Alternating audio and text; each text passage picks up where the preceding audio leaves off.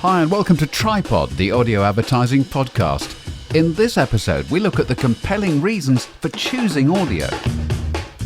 So why should an advertiser use audio? There's a lot of choices for them in other media. Why audio? Audio now has kind of like the ability to play more roles on the plan than what it ever did. You know, the main reason is probably still scale when it comes to kind of commercial radio. In that sense, in the fact that the networks and commercial radio as a whole do big numbers, it's still incredibly cost efficient for advertisers to use commercial radio at scale to reach listeners. And that is proven again and again, not only by industry research from the likes of the Radio Centre in terms of econometrics and ROI, return on investment, but also through those clients that regularly use radio with us throughout the year. You know, I will see again and again within their own econometric studies, radio still stands up as being one of the kind of most effective medium in kind of providing ROI for them. So that's a really compelling element because we still feel that, you know, it is still a great way, cost efficient, large scale reach, driving good ROI for clients. So that is a key reason. I think some of the other reasons now is that it can play more of a role in the so-called funnel as you come down. So there is that kind of like, it can do that awareness piece up here.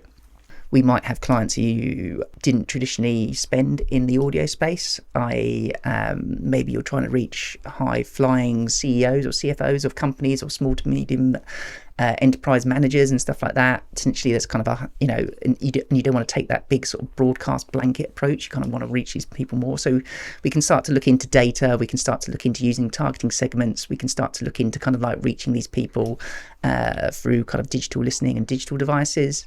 We can also go to sort of like, you know, people like Matt and look at kind of like podcast content where we can speak more specific niche audiences and stuff like this. And I suppose even that comes down to sort of like things like almost conversion and stuff now. So things like in terms of smart speaker, in terms of like asking or doing skills and smart speakers that actually you now interact, and that turns into conversion either in terms of ordering a sample or downloading a voucher, ask your smart speaker now to download a voucher to your phone. So you're now also seeing kind of direct response as well. So I think, yes, there's those key reasons, and we talk about scale, we talk about ROI, we talk about connection with listeners, we talk about how, you know, are there ways to drive more direct response? And I think we're in a position where audio can play so many more roles for advertisers than it ever has before. Yeah, and I think the other thing, particularly where we are now, you know, radio or audio is one of the most trusted mediums there are for consumers. So people trust what they hear on radio, particularly amongst news and speech stations. It's that connection with the presenter. It's a trusted medium. It's a brand safe environment. And radio, what radio or audio is good at also is supporting other media.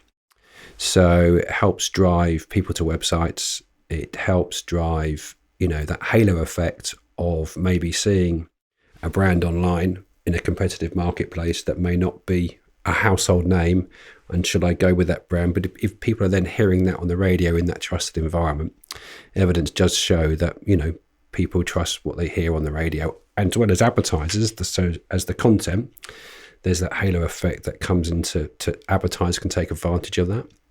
What radio is good at is building, you know, response over time as well as immediacy, because radio is consumed differently. So if you see an ad on the television, might have a phone number or go to the website. With radio, or audio, you tend to be doing other things, or out and about, hearing it in car, or doing things in the kitchen, or, you know, podcast listener is headphones and maybe a soloist listen, but you tend to be with other people when you're doing that.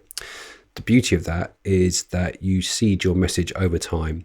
And that comes down to, I know we're going to talk about it, is the importance of creative and the importance of how many times that message should be played to a consumer to enable them for the message to gain recognition, get momentum, and drive the response. But I think the other element, I guess, for advertisers is there's so much choice. Whatever target audience you have, whether you're looking at old, young, there are so many station brands, traditionally via linear radio or digital only stations.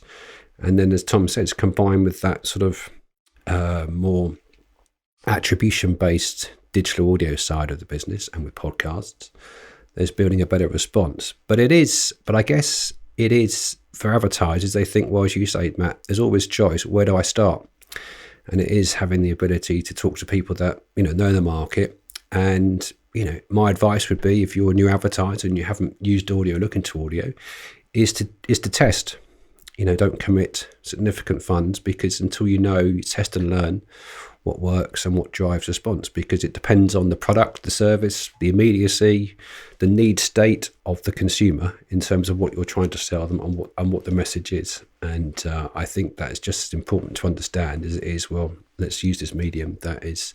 But yeah, I think it offers something for everybody, whatever your budget or sector that you are in, because it's multifaceted now. Can audio do anything that other media can't? Yeah, of course. I think every media has its own strength and weaknesses, to be honest with you. Often the weakness that we'd always get presented by brands or clients that didn't want to touch radio or touch audio would always be, it's non-visual.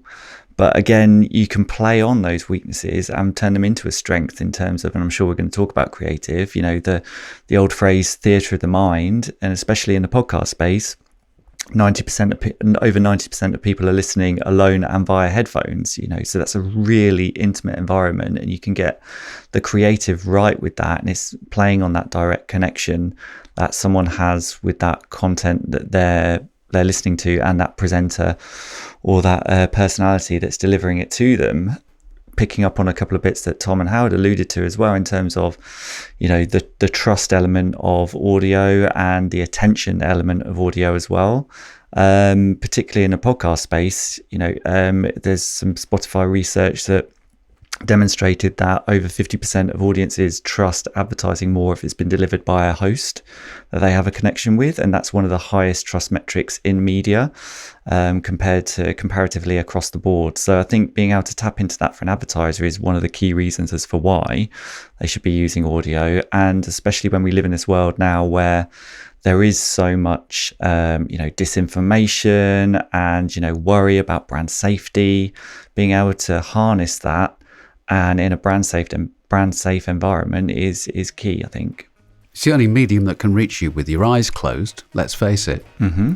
You can't turn off your ears. That's what the radio centre close your ears. No, that's what the radio centre always says. It's true. Yeah, indeed. Yeah. Mm-hmm. So plenty of reasons to use audio, but which type should you use? More on that in the next episode.